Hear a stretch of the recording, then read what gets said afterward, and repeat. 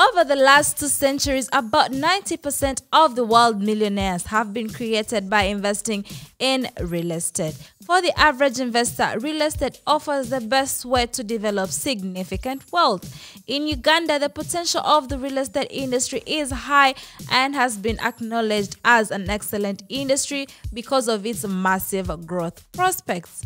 Mr. Edwin Musiime is a serial entrepreneur, TV presenter, pastor, and an expert in the real estate industry in Uganda.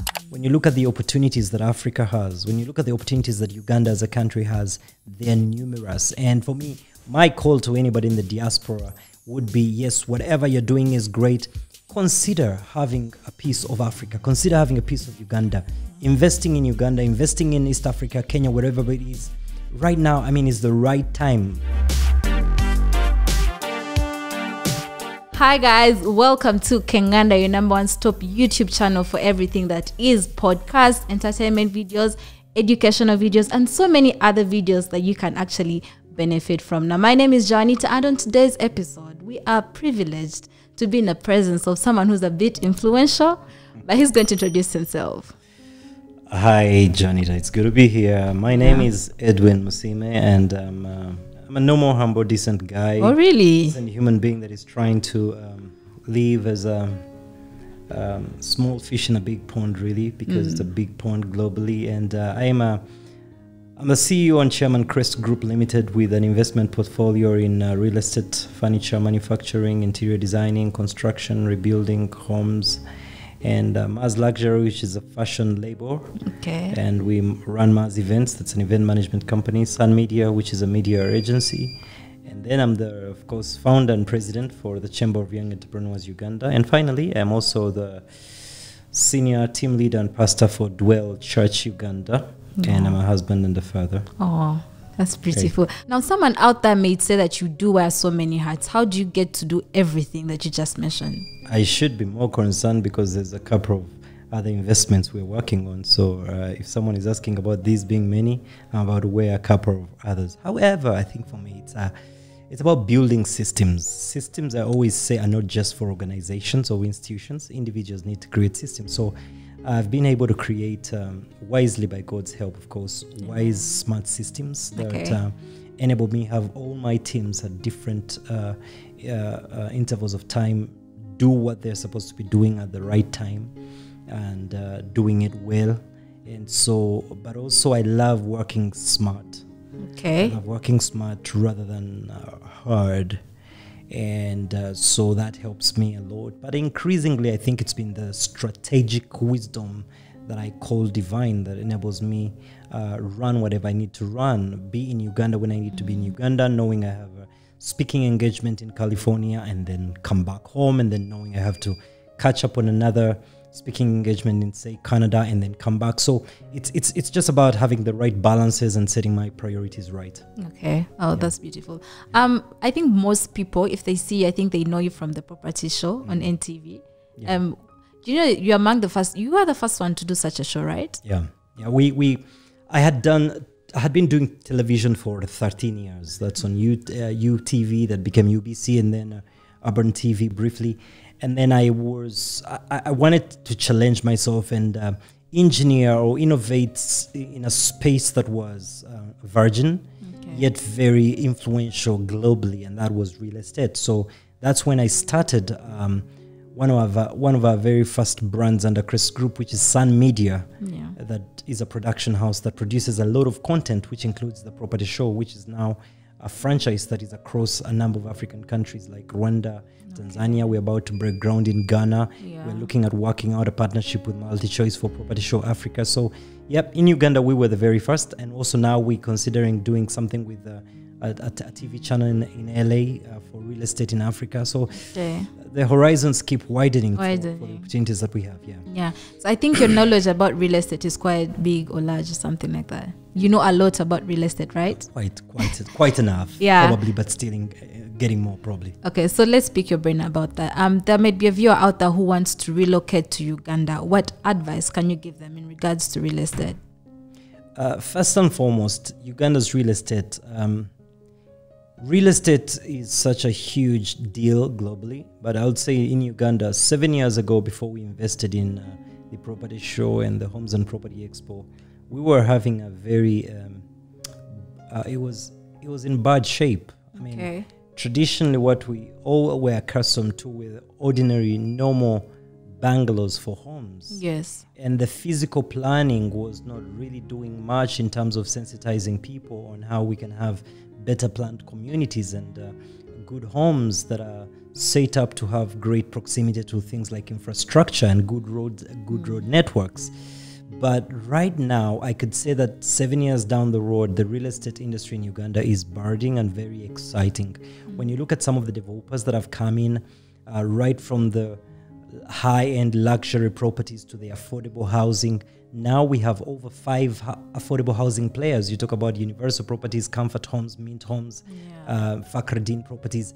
These are providing affordable, and we are always, my organization is constantly encouraging them to add quality to affordability so that it's not just affordable and not quality housing. So that's one area we're looking at.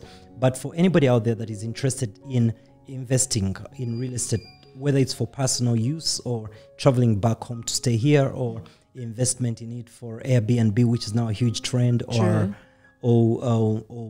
probably for rent or to sell off, it's a huge market. Uganda at the moment has a housing deficit of 2.4 million housing units. Kampala alone is said to be having housing deficit of 550,000 housing units. But again, also the gap is that close to 900,000 houses in Uganda are in what you'd call substandard and bad shape. So there's a huge gap. And of course, right now, we all know that there's 3 ways probably that you can be able to own a property. One, you either inherited from your rich father or mother, which that's a really small percentage of people globally and in Uganda. And number 2, personal financing, which personally I would say, by God's help, was my approach to owning our first dream home. It was by personal finance, where we saved up gradually, and then were able to collectively put together some money, and I was able to build my first home. But then thirdly, other people go for the mortgage. Of course, the mortgage right now has been very challenging because of the CBR rate. The central banking rate at one point in time rose from 14.5 to 16, which affected the commercial banks in terms of their lending rates. So that made it a bit difficult for people to own properties in as far as mortgages are concerned. However, for the people in the diaspora, they have access to some cheap capital. And that would be much easier for them. So whether you choose to buy a finished property, I run a construction company, and I always encourage people, it's also a good idea if you can invest in building your own home. Why? Because you have no pressure. First, you buy the most important resource for owning a home is land. You buy your land, no pressure on you, and we phase up. We're handling quite a number of projects for different people, and you phase up your development. You could start, if it's going to be three-story building or two-story building, we phase it up, and you work at your own pace.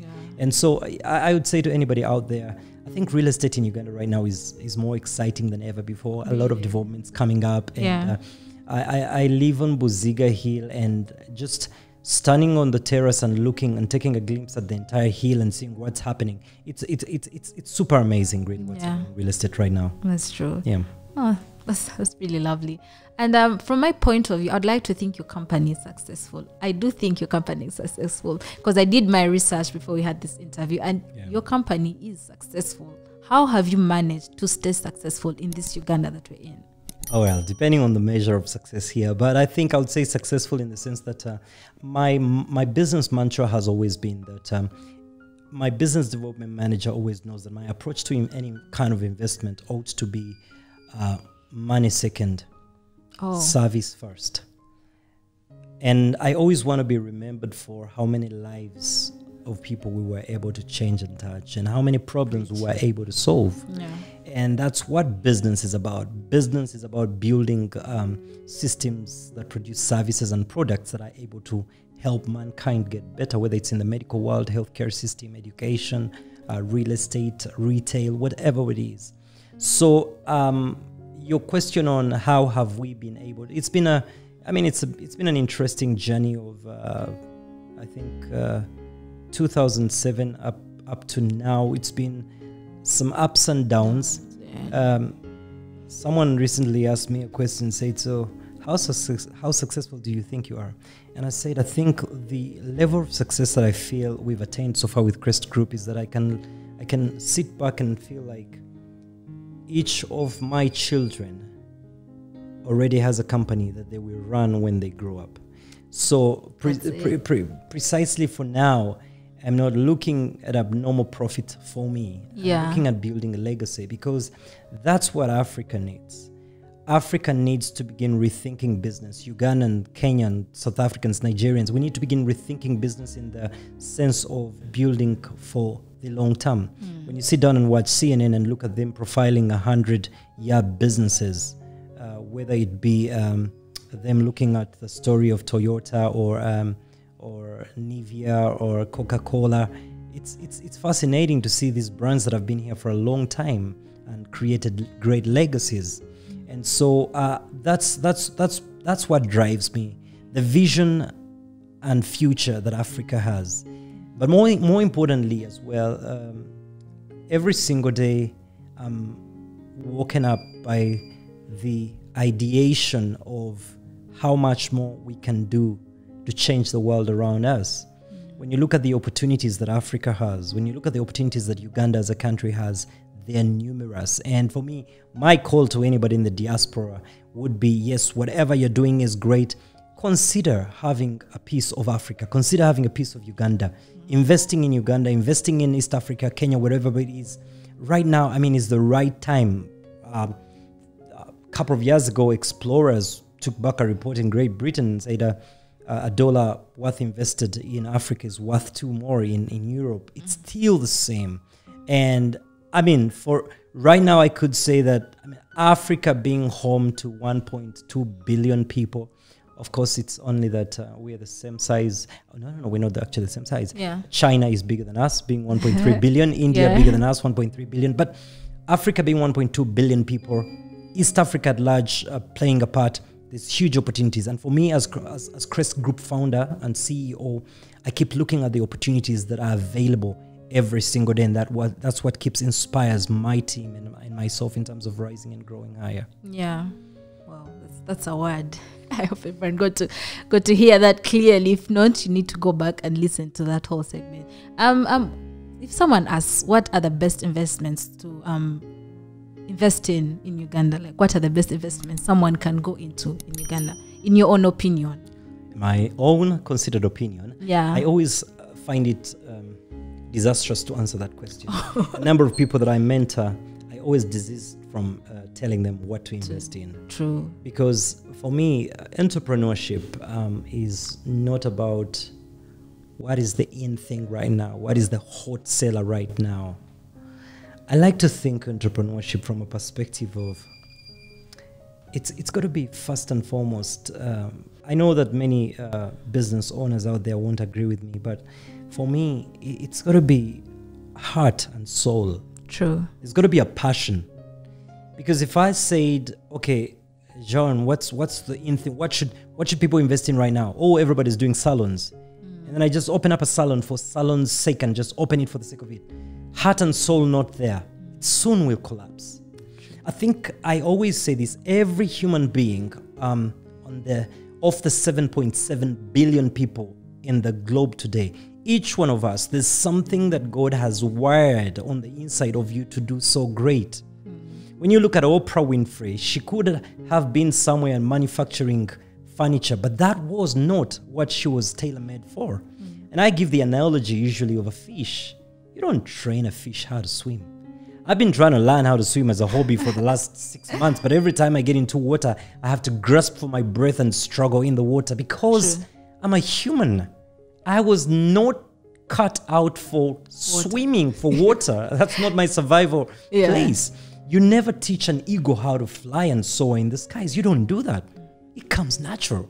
So I just always tell people, when you look at the investment atmosphere and spaces, where do you feel you are curated and set out and wired? Think about Elon Musk. He's one of the craziest entrepreneurs I always read about day in, day out.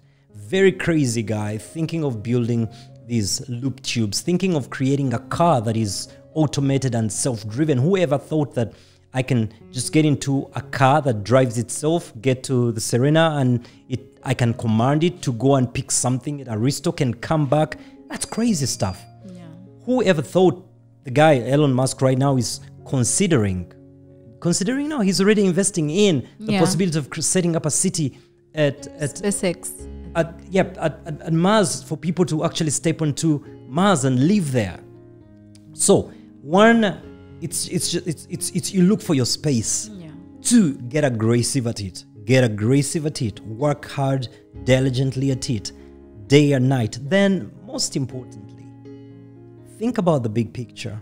We think of some African names that inspire me. Some of them have been able to have the opportunity to meet them, and I pick the positive vibes from them. And what the voice is simply saying, just like T.D. Jakes has written in his book, higher is calling. The guys that I love, one of my amazing friends, Bella Disu from Nigeria. Amazing, the family that owns Glow Nigeria. They are into furniture, they are into development. Amazing. You look at the story of Patrick Motsepe in South Africa. You talk about Mike Adenuga, the father to Bella Disu. You talk about Tony Elumelu, UBA Bank and Tony Elumelu Foundation, Dangote. You think about these guys, they are fellow Africans, okay? And to any African that is probably, whether you're Black American, whether you're African in the UK, born and raised there, and you probably speak an English type that I cannot even accentuate or understand. Yeah. Africa is amazingly full of great opportunities right now. So what somebody can invest in, the opportunities are endless. Yeah. Well, thank you so much.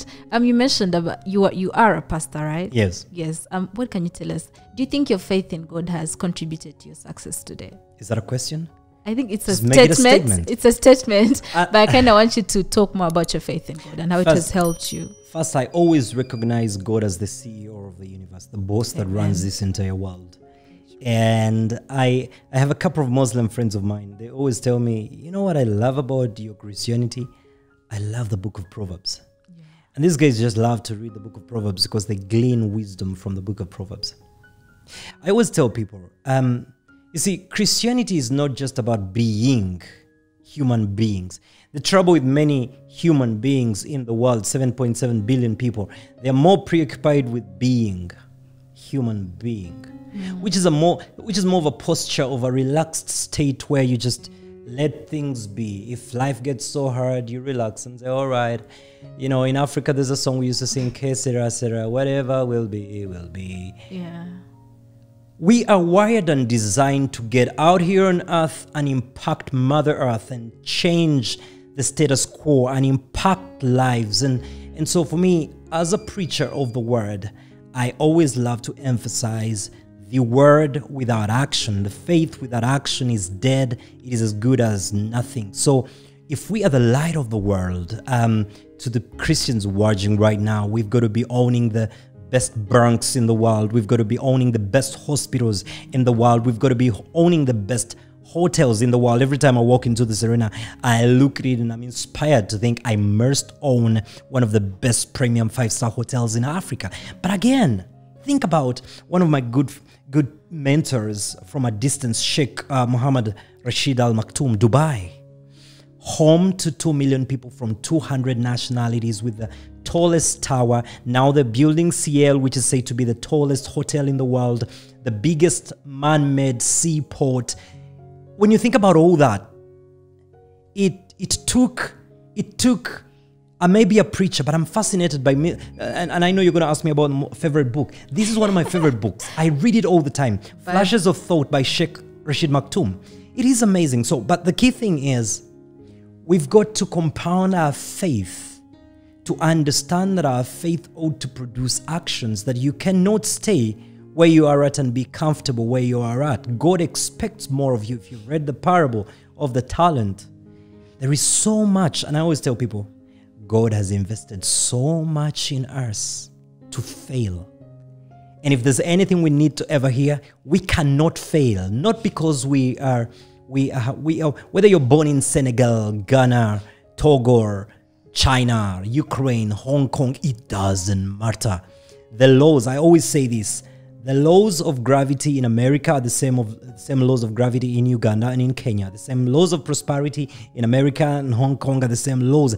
The laws and principles are the same. So my word as a preacher is always to inspire a generation of thought leaders that rethink and reimagine the world and how we can make the world a better place, because it's, for me, thy kingdom come on earth as it is in heaven. So what should be on earth? In heaven, we've got to be human beings that love. I think there's a lot of hate going on in the world. Thank you. We just need to love. We just need to care. Look at the COVID situation in the world today. When was the last person you checked? I have a random program every week where I just call up as many friends as possible globally and just, hey, how are you holding up? How are you doing? That for me is the greatest gospel. Is not necessarily when I'm standing on the pulpit. Just picking up my phone call to check on somebody, that for me means a lot. Just sharing that love and just knowing that somebody just said, thank you for checking on me. That means a lot. So that means we are the light of the world and the salt of the earth. So that's what I'm about empowering human beings to be better versions of themselves. I just feel like you touched my heart. That was such a powerful one. Also, you mentioned your favorite book. Can you give us your top 3 favorite books? Your best books, if you can narrow them down. Okay. My favorite book of all time is the oldest book that has ever existed. The Bible. And what I feel bad about this book is that somewhere it's written that actually not all that was supposed to be written was written, because were it to be written, the whole earth would be filled with it. And that fascinates me. And that's the Holy Bible. That's my number one top priority book. Number 2, I would say, is John Maxwell's book, Sometimes You Lose, Sometimes You Learn. Now, that's another amazing book. Robert Greene, 48 Laws of Power. Yeah. I love that book. Then, of course, from the land of America, of course, some people would think roots from Kenya, Barack Obama, The Audacity of Hope. That book in 2008 changed my life. It changed my thinking. And that for me is another powerful book that someone needs to get their hand on. Then finally, of course, this book. I walk with this book everywhere. When I finish working out in the gym, I love reading this book. When I'm chilling somewhere over coffee, I read it over and over again. And this is Flashes of Thought by Sheikh Mohammed bin Rashid Al Maktoum, the ruler of Dubai. And the laws of governance that he states in here would be such a great copy for many African leaders. Thank you.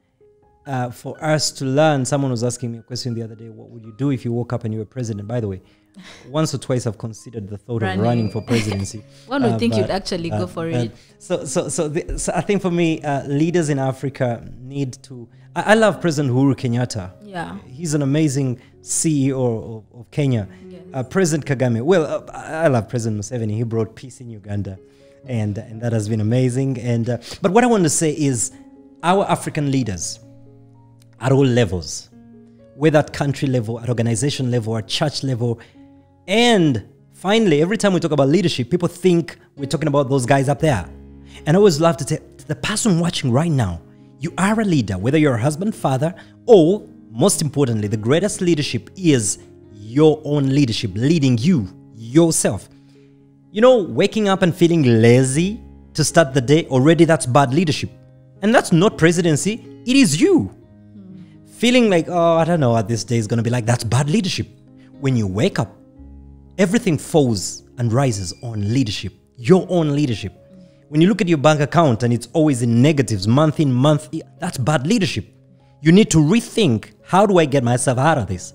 So I think for me, this book is one that ignites my understanding and curiosity on how governance and leadership works both at personal level, at corporate level, at spiritual level, and at global leadership level, really. Yeah. Wow. Thank you for that. Any last remarks to our viewers? Anything you'd like to tell them? I'm writing my third book now as an author. Could you tell us the first two so that in case anyone wants to read them? Yeah, you can go on Amazon and pick up the Joseph Economic Transformation book. This is a book I wrote before we even got into the COVID times. It's a book on the life of Joseph biblically. When we talk about the concept of 7 years of abundance and 7 years of scarcity, and I always say that every economy and every nation, every individual, always in this life, whether you want it or not, I don't care how much faith you have, there will always be 7 years of abundance and 7 years of scarcity. It's a cycle. It's cyclical that we always go through that. Now, the Joseph Economic Transformation book that I call Jade is about empowering people to rethink where they are at right now and how better to plan for their financial future. So it's a very, very lovely book that somebody should get a hold of. How much is the book? I think it's on Amazon. I don't even remember how much it is. But that's how rich someone is. No. And in Uganda, I think it's only available at Aristoc. And the second book, the first book I worked on actually before that was when Uganda was turning 50 years. I just need to republish it because then I wrote it was a few copies. It's entitled The Ugandan Dream. If you're out there and you've never known a Uganda that I know and perceive, I think in June we are republishing the second edition of The Ugandan Dream, and it's got so much content on how, not just how beautiful Uganda is, but on the numerous opportunities that Uganda has to offer, and how amazingly we're strategically positioned as a nation, and how much we're loved by God. Yeah. When you think about so many things as a nation, so for God and country. Yeah. And now my third book, which I think is going to be really hot, is Being Good at What You Do. Being good at what you do. Now, I can't wait for that book. And that usually governs my final words that I always give people, my mantra for life. Always and always, every day, work towards being a better version of yourself. Update your version every other day, or else, just like the computers, when you don't upgrade your computer, it crashes. So every other day, Being Good at What You Do simply is a book that is speaking about, are you a wife to be? This is the time to be good at being a wife to be. Are you already a wife? Be good at being a wife. Are you a husband? Be good at being a husband. Are you a father? Be good at being a father. Are you a sweeper? Sweep like nobody else can sweep. I love the guy behind the camera lens. Are you a camera person? Simply be superb. I remember finally when I was at UTV with the late Bale Francis. Oh, yes. Historically, what I remember about us too was we always were the first people to enter the gates of UBC. Now, traditionally, working hours in corporate Uganda is 9 to 5. Yes. Every day we were at UTV at 5 a.m. every day. Wow. And we always were the last to leave. I remember one day my CEO found me in the office at midnight. I asked me, what are you doing? And that was about 7 years ago, or 8 or so. And I told him, I am just taking off time to study the future of broadcasting. And this was me before even the whole online, you've got a YouTube channel. Before all these things came up, I was late in the night in the office just trying to study the future astronomically of where broadcasting was going to be and what was going to happen with the Internet of Things. Yeah. But the reason I was in office up until midnight is not because I was being paid highly. As a matter of fact, many of you know my story that for the first 4 years of working with the TV channels, earning 25,000 Uganda shillings. It was just about the passion. I just wanted to be good at what I was doing. So, are you a farmer? Be the very best farmer there is. Are you a president of something? Whatever it is, be the best. So the thing is, we've got to be the very best versions of ourselves. That's the final word I can give anybody. But always remember, when all is said and done, God first. Thank you so much, Mr. Musiime. Can you tell our viewers where they can find you, your social media, a website? Well, in case they want to. Yep. Social media, my public page is, of course, Edwin Musiime, or you can look me up. And I'm always doing quite a number of mentorship talks on my pages as well. On Instagram, Edwin Musiime as well. And we are soon officially launching a Dwell Ministries mentorship and leadership page that other people can glean more wisdom from. So, but if you look me up on social media, I'm right there. Wow, thank you so much. We're going to put for you an applause. He's going to edit and put for your hand clap, because that was a while. I feel like we just got free knowledge from someone who's this influential. Thank you so much. On behalf of Kinganda, thank you. Pleasure. Okay, guys. So, guys, thank you so much for watching this video. Please give it a thumbs up and follow us on all our social media pages. That is Kinganda Nation on Instagram, Kinganda Nation on Facebook. I'm your host, Janita. Till next time.